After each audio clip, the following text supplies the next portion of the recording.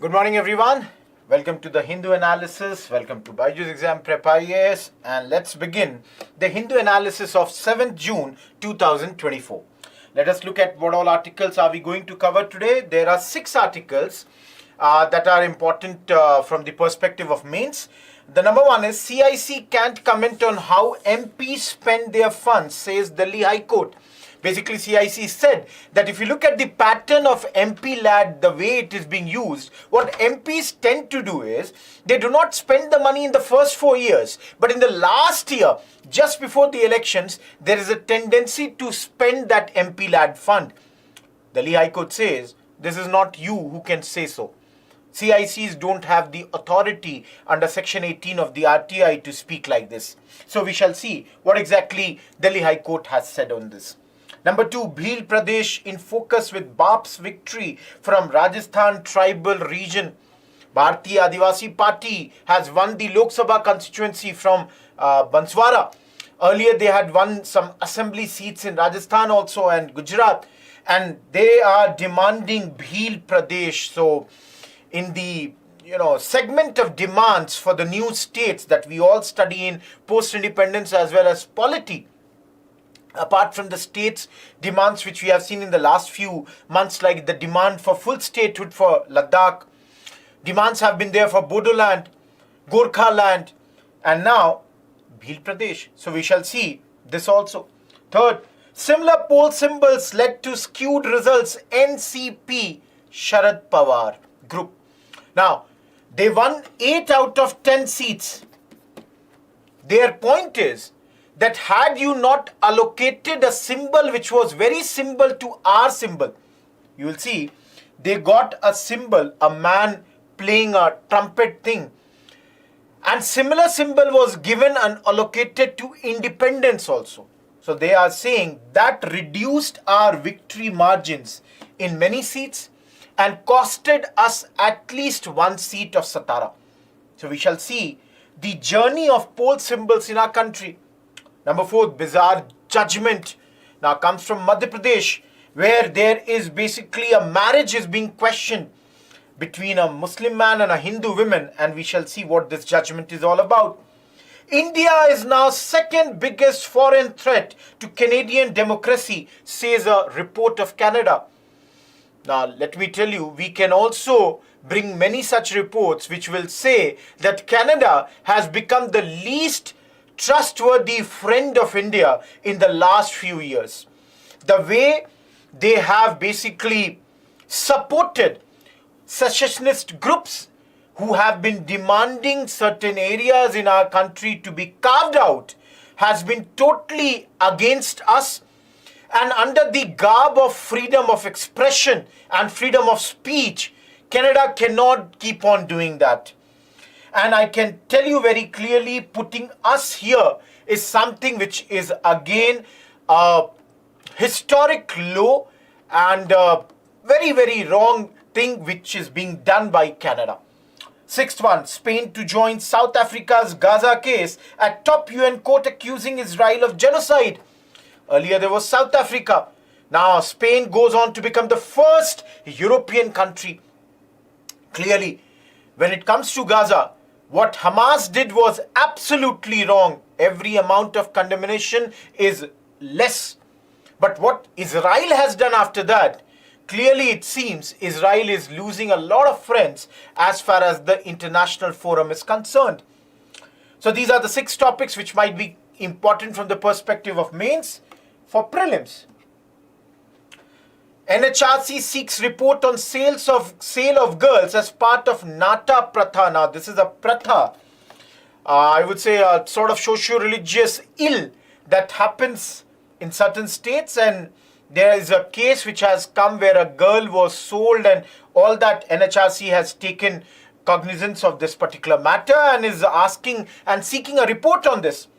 Second one, Denmark, Pakistan, Somalia, Greece and Panama, they get seats on UNSC. So for the next 2 years, starting from 1st January 2025, these 5 countries would be the non-permanent members in UNSC along with 5 others. Third, climate conference in November to emphasize peace and truce. Let's see where this climate conference is going to happen this year. India-Norway cooperation to witness manifold increase. Not much important news, but then one line is something that we should know. Lastly, major cause of inflammatory bowel disease discovered. Now, let us see what has been discovered under the science segment. So, these are the 11 topics that we shall be covering today. Let us begin with the first one. That is, CIC cannot comment on how MPs spend their funds. This is the verdict of Delhi High Court. Now, exactly, Delhi High Court is saying, the Delhi High Court has held that the CIC has no jurisdiction to comment on the utilization of Member of Parliament Local Area Development Scheme, MP-LADS, funds by MPs, as the scope of the RTI Act is limited to providing access to information under the control of public authorities. Now, see, basically, you can understand that High Court is questioning a judgment of CIC. So let me tell you, this is a matter that pertains to October 2018. Then the CIC had observed that there is a pattern when it comes to MP-LAD funds being utilized or utilization. So the CIC observed that some MPs, what they do is deliberately accumulate all the funds of MP-LADs for their last year of the term. Thus, they try to get an advantage or gain in the elections. So basically, this observation of CIC has been quoted by Delhi High Court, and Delhi High Court says that the CIC has no power under the RTI Act to comment on such things. The Delhi High Court is saying that the CIC's powers under the RTI is limited to providing access to information under the control of the public authority. So what information you have, you can furnish that. You can furnish that. But you cannot comment anything more on this. And that's why the Delhi High Court has expunged the remarks of CIC, where person had asked some information about the MP-LADS funds.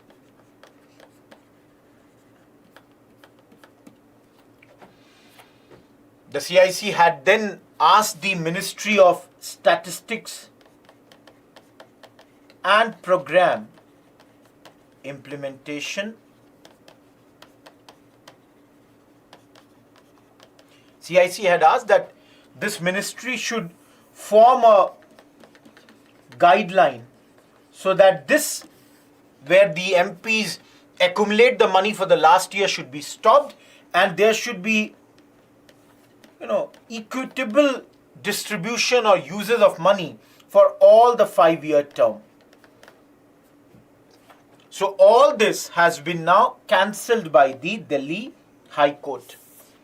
Now let me tell you, it is the Ministry of Statistics and Program Implementation only which had gone to Delhi High Court to raise voice against this observation of the CIC. Ministry had said that the CIC has exceeded its jurisdiction. They cannot speak on this.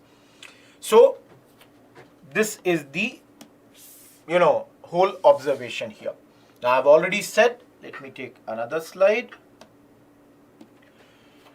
Section 18, remember, you must have studied it under the RTI Act. Court says, under this, CIC can deal only with issues related to info being sought. They cannot give their own observations. Now, I'm not going to teach you RTI, I'm not going to talk about them, but then you all know the Central Information Commission, which was constituted with effect from 12th October 2005, under the RTI Act of 2005, and the jurisdiction of the CIC extends over all the central public authorities. Now do study about RTI on your own. If you have not done, go through the recordings and you can easily cover that under the governance topic. Moving ahead to the second topic. Polity Bhil Pradesh in focus with BAP's victory from Rajasthan's tribal region. So they are demanding Bhil Pradesh. Who are these? Bharat Adivasi Party, BAP. What they have done in the recently concluded elections, they won the seat of Banswara. And now they are saying that this Bhil Pradesh should be, created. And this Bhil Pradesh, according to them, should constitute 39 districts spread across 4 states. Now, please understand. 39 districts. Which are these 4 states? Now, 10 districts they are saying of Rajasthan. Districts like, if I give you some examples like Udaipur, Barmer, Chittorgarh, etc., etc. Apart from 10 districts, 16 districts they are saying from Gujarat, like Dang, Dahod, etc. Then they are saying 7 districts of Madhya Pradesh, like Ratlam, Dhar, and finally they are saying 6 districts of Maharashtra, like Nasik, Dhule. All that should be formed under or should be brought under the new Bhil state, Bhil Pradesh. Now, please understand, you all know, and if I just draw a map here, a schematic diagram, already there are so many demands, and Home Ministry is full of so many demands in Northeast from Assam, Karbi Anglong, demand for Bodoland. If we go to West Bengal, the demands for Gorkha land. Similarly, we know there is a demand for full statehood from Ladakh. Then if we look here, Maharashtra, demand for Vidarbha. Some demands like this come from Bihar, Mithilanchal. Similarly, if I go to UP, demands like Bundelkhand. And there are so many such demands from Tamil Nadu also, Karnataka also. There is demands from Madhya Pradesh also. Gujarat, demand for Saurashtra is there. So many such demands are there. So you all study this under post-independence. And so basically one more demand is being made of Bhil Pradesh. As you can see here, this images of the newly elected MP. His name is Rajkumar Roth. He won this seat recently in Banswara. Very young man, only of 31-year-old. And basically he defeated a person who had won assembly elections on the seat on the Congress ticket, had moved to BJP, fought the Lok Sabha election, but the BAP party, they defeated him, or basically Mr. Rajkumar Roth defeated him here in Banswara, and his constituency also in assembly was won by BAP party only. So that's why in this article they are saying that this demand, where Congress was once upon a time very, very strong in these tribal areas of Banswara. Let me write that. Banswara. And there is another district called Dungarpur. So here there is an affirmation of tribal rights now that is happening. And they are also demanding that there should be an increase in reservation of these scheduled tribes. Apart from that, he's talking about he'll work for, reducing the malnutrition, etc., etc. That all is there. So this is all about the demand of Bhil Pradesh. Now let me tell you something about the Bhils. Now you all study them as a very, very important tribal group of our country. And according to reports almost of around a decade back, they speak Bhil language and their population is almost 1 crore or slightly more than that. They are in the states of Madhya Pradesh, Rajasthan, Gujarat, Maharashtra mainly. But apart from this also, they are found in many other areas, mainly in the Western India, you can understand. And they are the largest tribal groups of our country. Widespread tribe in India. So they are scattered all across India, but these are the major areas in which they are found, these 4 states, where you can see they are demanding the Bhil Pradesh. So that's your second article for the day. Let's move to the third article. Now you can see here, this is regarding the symbols. Now all of you, no, I'll take red. First of all, see here. This is the first symbol. This is the symbol which was granted to NCP Sharad Chandra Pawar group.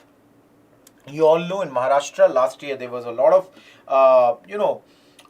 political upheaval, and under that both Shiv Sena and NCP, they had been bifurcated. So under Shiv Sena, one portion was led by Chief Minister Mr. Shinde and the another one was led by Mr. Uddhav Thackeray. Similarly, in NCP, one was led by Mr. Sharad Pawar and another one was led by his nephew, Mr. Ajit Pawar. Now, original symbols of Shiv Sena and NCP remained with these groups. Shinde group had got the symbol of bow and arrow and Ajit Pawar group had got the symbol of clock.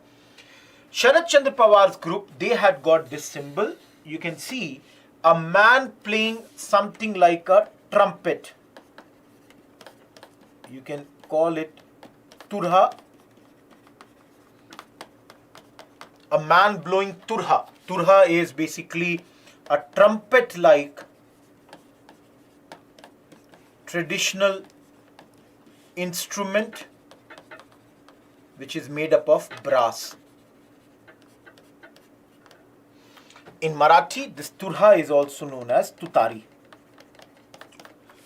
Now, what they complain is later, Election Commission gave almost a similar this thing, tight, pole symbol, which you can see is the second one. This is trumpet. If I write it here. And in Marathi, trumpet is also referred as tutari.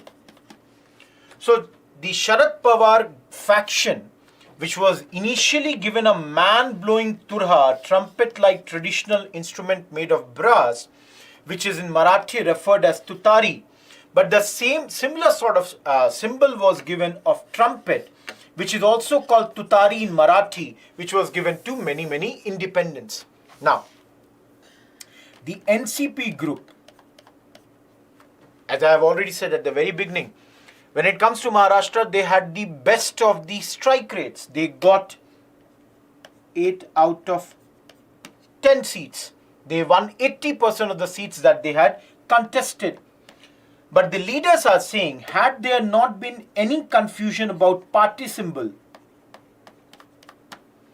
their seats or their number of votes would have gone up at least in 4 seats. They are saying that because initially they got this and they were telling the supporters, every place that they should focus on tutari. But later they started, when they found out that independents have also been offered something, a symbol like this, they started asking their people that their symbol is man with tutari and not simply tutari. They had complained to the Election Commission and according to them, the Commission had not looked into this matter. Now they are complaining that if you look what has happened in, I told you at the very beginning, in constituencies like Satara, NCP lost by 32,000 votes, whereas an independent had got 37,000 votes who had a symbol of Pipni. Pipni, also known as trumpet in Marathi. So they say they lost one seat because of this. Similarly, in constituency like Madha, 48,000 votes went to a person with the symbol of trumpet. Similarly, in many other constituencies, certain things have taken place and they are saying that they will present their case to Election Commission. Now, just to give you an idea, why was, this election symbols introduced in India? As you all know, our first elections, when they took place in 1951, and Mr. Sukumar Sen was the chief election commissioner. At that moment, our literacy was very, very less. Only around 15% of the voters were literate. So they could not read or write. So, in order to make them understand which party is what, every political parties, and in those days, that is, I'm talking about 1951, there were 53 53 parties who were contesting 4,500 seats. And all of these parties, they were given certain symbols. Now, because that was the first election, initially all this happened. Later, just give me a second. Later, under the election symbols reservation and allotment order 1968, this act was passed.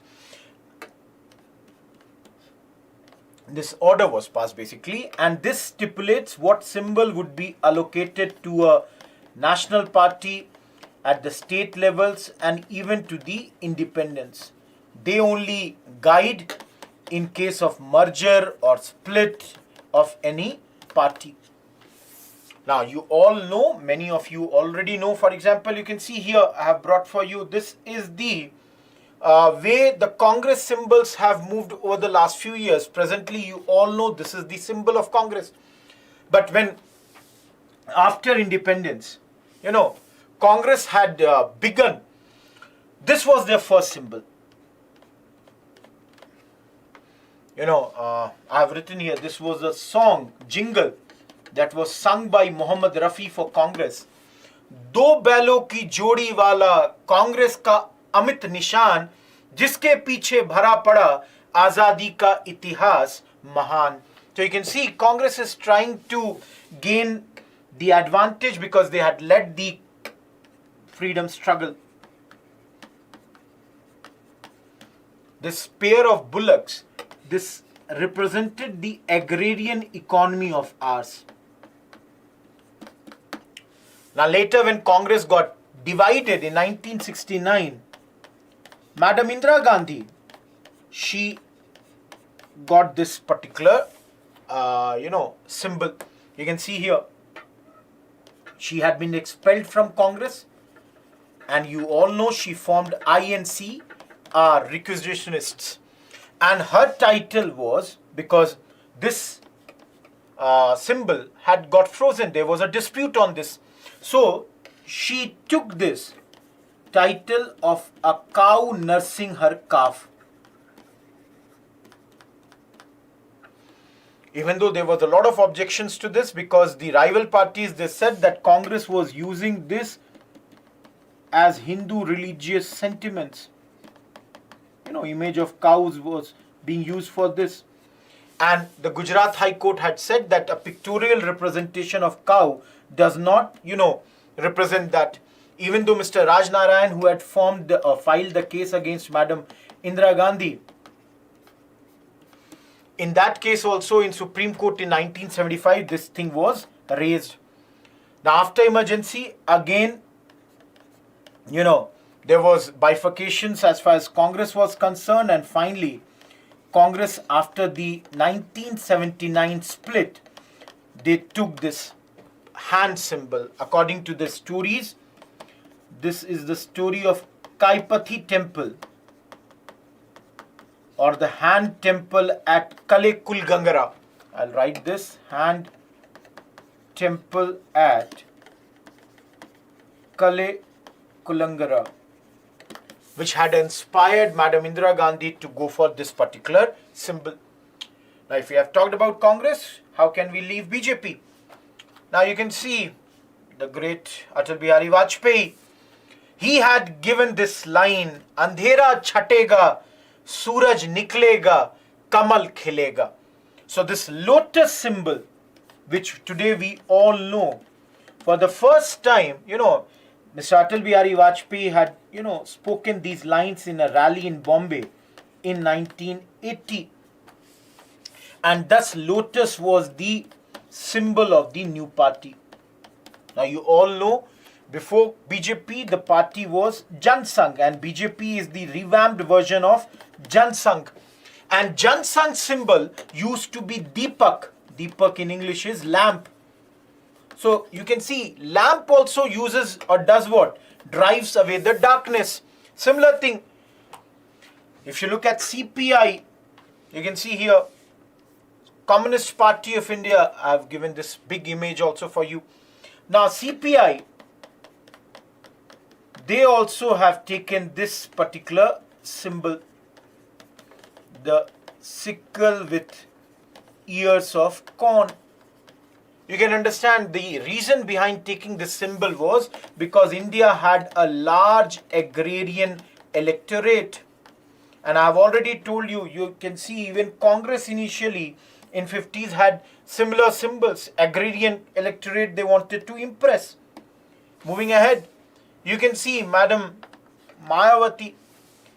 This is the symbol of BSP, elephant, you all can see.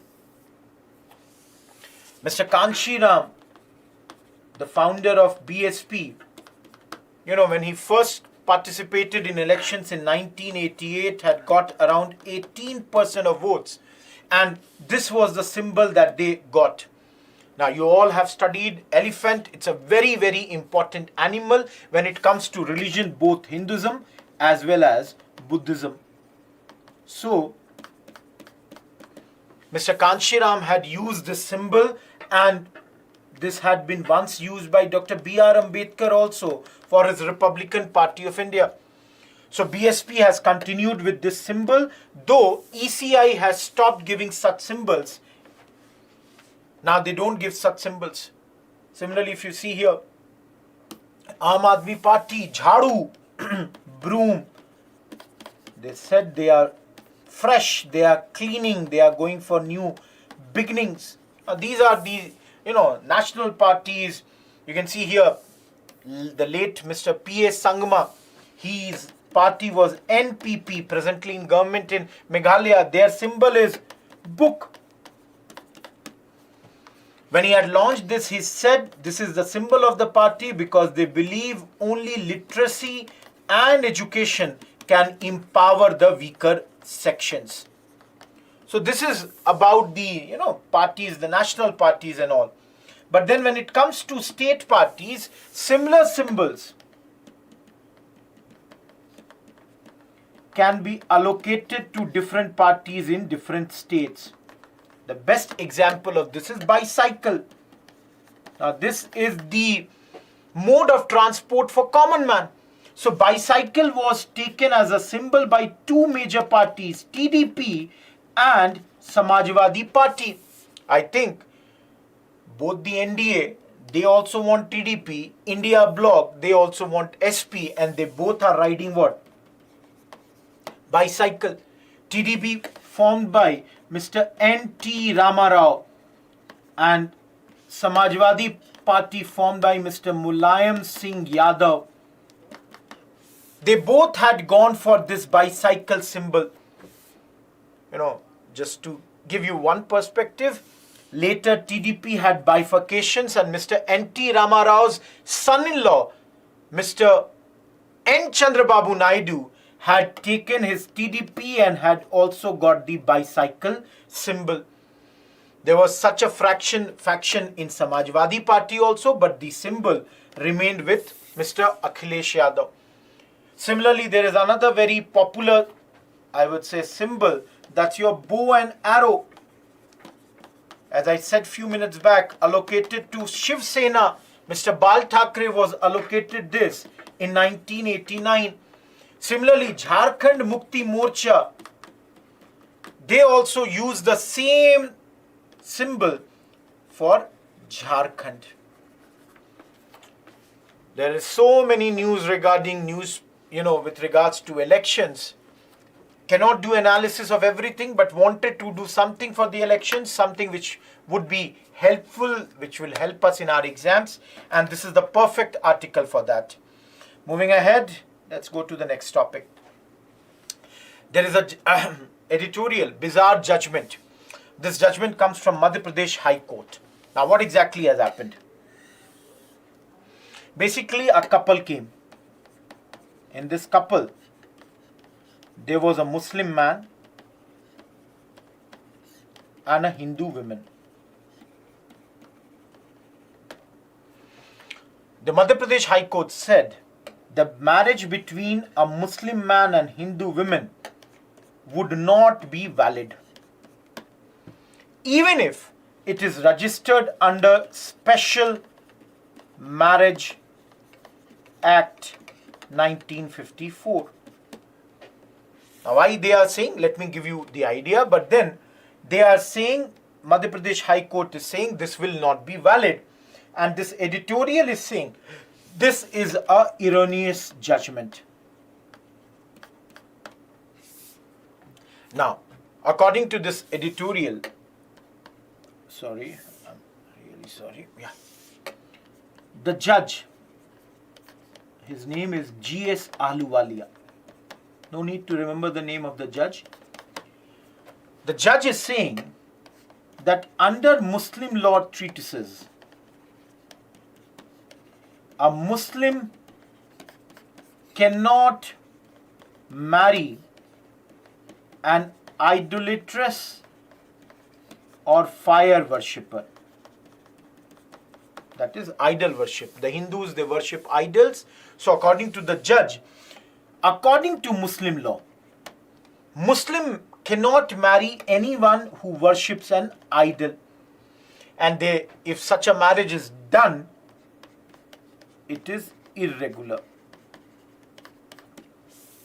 According to this article, the article is saying for such things only, this Special Marriage Act 1954 was passed, that if there is any interfaith couple and if they want to get married and they do not want to go through the requirement of marriage rituals that are associated with their religion. So this article is saying, number one, the judge has gone and I would say analyzed the law in a wrong manner. They are basically saying there is a sort of ignorance of law with regards to this judgment. Apart from this, the article is also saying that why did this couple come to the court? This couple had come to seek protection from the police. They wanted police protection basically, that they want to go to the marriage registration officer, and before that they want some sort of police protection. So the article is saying, number one, if somebody is coming to ask you for police protection and you are going and analyzing this whole thing, this is something that is out of your ambit. You are not asked to do this. So this was something wrong. And the other thing that the article is saying is wrong is this whole analysis of law is totally wrong. The council had said that once this Special Marriage Act is there, it would override the personal laws. And yet the judge examined whether this would be void or this would be valid. This all was examined by the judge. So this article is basically saying that this judgment is erroneous. It is basically an attempt to impose the religious personal laws for those who want to opt for secular marriage. And this article says if such judgments remain, the whole purpose of Special Marriage Act goes in toss. It will also undermine any move towards uniform civil code and privileges Muslim personal law has over secular Special Marriage Act. So if we are trying to move towards UCC, this order goes against all that. This is the whole version of this particular editorial. Let's move to the next topic. Canada says India is now second biggest foreign threat to Canadian democracy. Of course, first is China. And they are now saying their parliamentary committee report has come describing us as the second biggest foreign threat for their democracy. Now, you all know in the last 1.5 years, when it comes to India-Canada relations, it's in a downward spiral. We are going continuously towards bottom. Where did it all begin? Around June 2023, there was a killing of a pro-Khalistan ideologue. This took place in Canada's Surrey. After that, our relations have been bad, and now this parliamentary committee, which is basically National Security and Intelligence Committee of Parliamentarian Reports, they are accusing India. They are saying that India has continuously, slowly increased their interference in Canada. Now, the problem is that Justin Trudeau's government, they are not trying to sort of, I would say, repair the ties with us. Again, I am telling you, since this killing of Mr. Hardeep Singh Nijjar, who had been assassinated by unknown assailants, at that point unknown, later accused by Mr. Trudeau that it was done by agents of Government of India. This happened in September last year, and since then we have stopped issuing visas. There was a pause on issuing visas for the Canadian citizens. Similarly, after that, the Intelligence Bureau of Canada also accused India that we were trying to interfere in the election process of their country, which has been completely denied by us. Now, coming to this, see, again, I'll tell you, this is an accusation by them. This is their finding. Okay, they might have found something. But then, if we say on our side, what we feel is that Canada, under the garb of freedom of expression and the right to speech, has been continuously encouraging those separatist elements who have been continuously trying to undermine the sovereignty of India. If we say this, there would not be any wrong notion in this. There would absolutely be nothing wrong about this. Canada has continuously been undermining our sovereignty. And rather than controlling these separatist elements, and this is nothing new, it has been going since 80s, the blast, the bomb blast, the airline blast and all that has taken place, and they have continued to safeguard those people. And it is, I would say, the greatness of India that we have always had the best of the relations with Canada, but without having proofs and under these circumstances, they have been putting allegations on us. Doesn't look good. And last but not the least, the only thing is they should also understand about our feelings when it comes to this issue. this pro-Khalistan thing that is going on there is something that's not going to help them also. India has already seen how in 80s and 90s Punjab had burnt. And the peace that has come in Punjab had come after a lot of sacrifices, and nobody wants such things to return. And in this, Canada should try to, if not help, should not try to even worsen the situation. So they should understand the Indian government's position on this matter and should cooperate with us on this issue. Moving ahead, Spain to join South Africa's Gaza case at top UN court accusing Israel of genocide. Now, in the month of February and March, I have covered many news articles under which, this matter which is going on ICJ, where South Africa is fighting a case against Israel, accusing them of doing a genocide in Gaza. Now, in this, South Africa is getting assisted or is being joined by Spain, thus becoming the first European country. So basically, again I'm repeating, South Africa had filed this case against Israel last year, under which they said that in Gaza, Israel is basically breaching the conventions of genocide. So the genocide conventions are being breached in Israel or in Gaza by Israeli forces.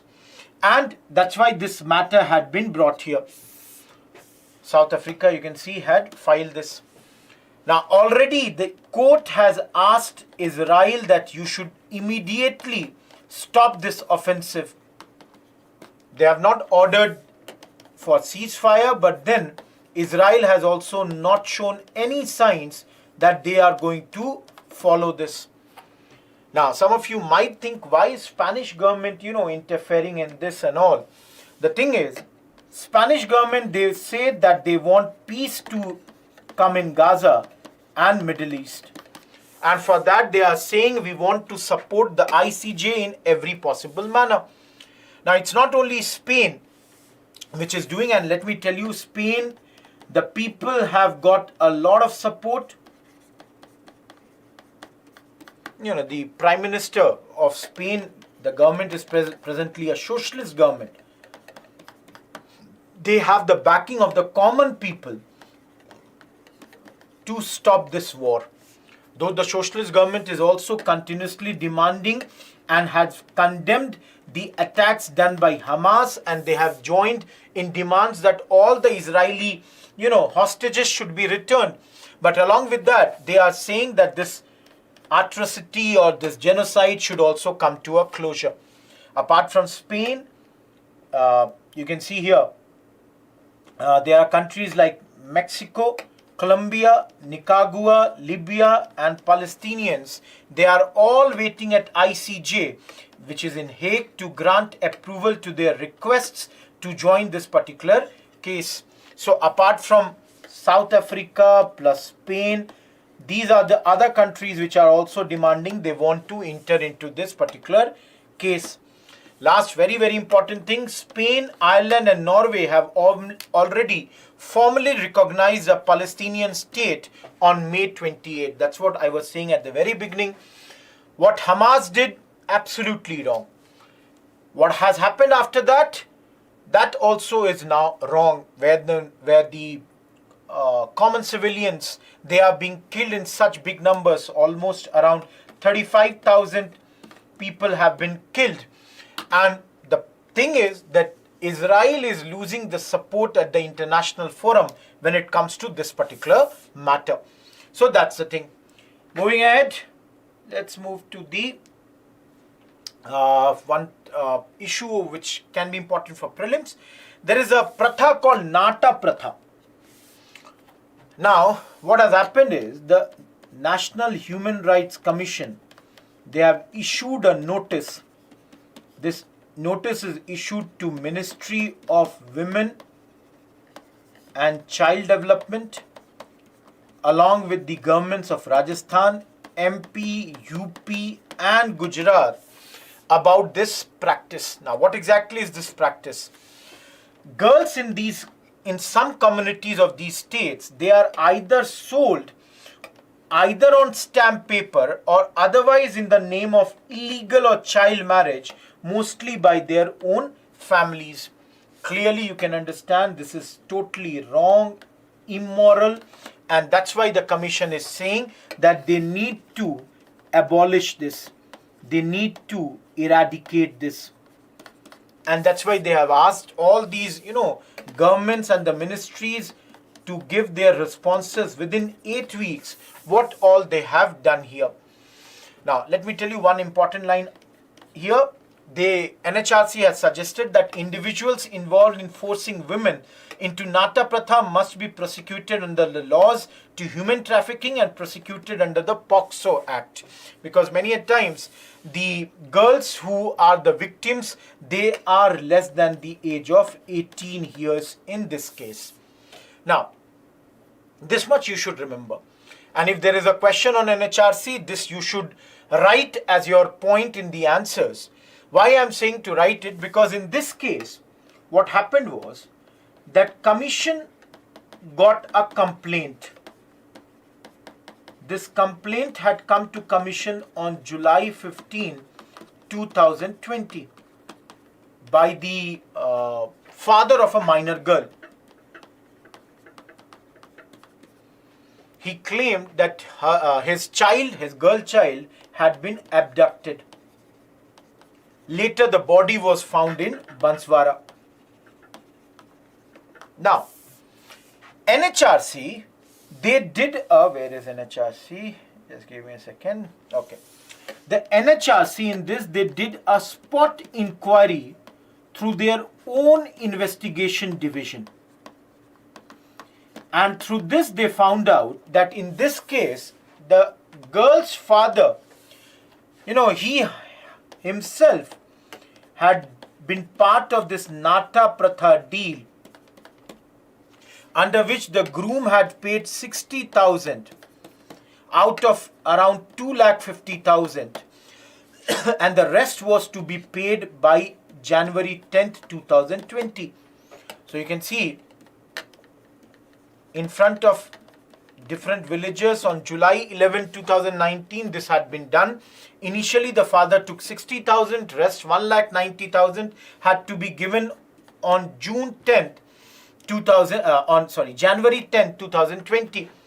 And you can see the complaint is of July 15, 2020. That means when he did not get the money back, he brought his girl child back and tried to sell her to someone else. Then the girl child had complained that her father is an alcoholic and had made many efforts to do this nata against her own will and had even threatened to kill her. So this is the thing. This is another social evil that's going on in some of our states. Moving to another small topic. Denmark, Pakistan, Somalia, Greece, Panama, they all have got seats on the UN Security Council. Now please see, this is done through secret ballot as far as the General Assembly is concerned. So in the General Assembly, the 193 world body, they elect these 5 countries. And it is done through secret ballot, and their terms would begin on January 1st, 2025. These 5 countries, they are replacing Ecuador, Japan, Malta, Mozambique, and Switzerland, whose terms would end this year, December 31st. So remember, you all know that apart from 5 permanent members, the 5 permanent members are USA, UK, France, China, and Russia. There are 10 non-permanent members. To elect these 10 non-permanent members, elected countries must require 2/3 of the majority of the member states who are present and voting in the General Assembly, and thus they would be there for 2-year terms. Apart from these 5 which have been selected or elected this time, the other 5 already being there are Algeria, Guyana, Republic of Korea, Sierra Leone and Slovenia. So along with this 5, the other 5 are these. Please remember, Pakistan has become a member. That is something that you have to remember from this. Moving ahead, let's move to the climate conference in November to emphasize peace and truce. The 29th edition of the Conference of Parties, COP, as the climate conference is called, is set to further the agenda points in the 28th edition in Dubai. We know 28th COP was there in Dubai, such as the firm commitment to transition away from the use of fossil fuels in a just, orderly and equitable manner, and accelerating action in this critical decade to achieve net zero by 2050. Choices: Azerbaijan.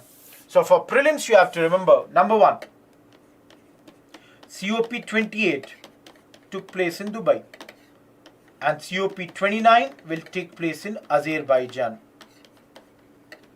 Now, of course, before that, the mains of this year would have been done, but then for next year, remember, this is scheduled to happen in November. And Azerbaijan's government is saying that in this they will focus on peace and truce. Through this, they want to enable the countries to focus on climate solution, to focus on ongoing, I would say, conflicts. Now, Azerbaijan is saying that, see, we are very serious about stopping the conflicts. When this meeting would happen, we want that there should be no fights. They are saying all cannons should stop during this conference. So this is their reference to Russia-Ukraine war. And they are giving their own example that, see, we have put a stop on our hostilities with Armenia. So this is the thing that they are saying here. Let's move to the second last article. India-Norway cooperation to witness manifold increase. Now in Chennai yesterday, the ambassador of Norway to India has spoken something. This whole article has got 2 important things. Number 1, the European Free Trade Agreement is being talked, which we have seen earlier only. And the other important thing is that Norway is going to host the 3rd India-Nordic Summit at the end of this year in their capital, Oslo. Because of the elections in India, this was not done earlier, but they are saying this year it would be done. So this is something that you have to remember. When it comes to countries, these Nordic countries, specifically Norway and all, you have to understand they are very keen to work with us on renewable energy, on maritime and circular economy. So you don't have to remember anything else, just remember these 2 lines and that would be more than sufficient for this. Last article for the day. A major cause of inflammatory bowel disease has been discovered. Now, autoimmune disease like IBD. Now, what is the full form of IBD? Inflammatory bowel disease. Inflammatory bowel disease, which encompasses diseases like Crohn's disease and ulcerative colitis. They, according to this report, affects almost 5% of the world's existing population. And the researchers are saying they have found a new biochemical pathway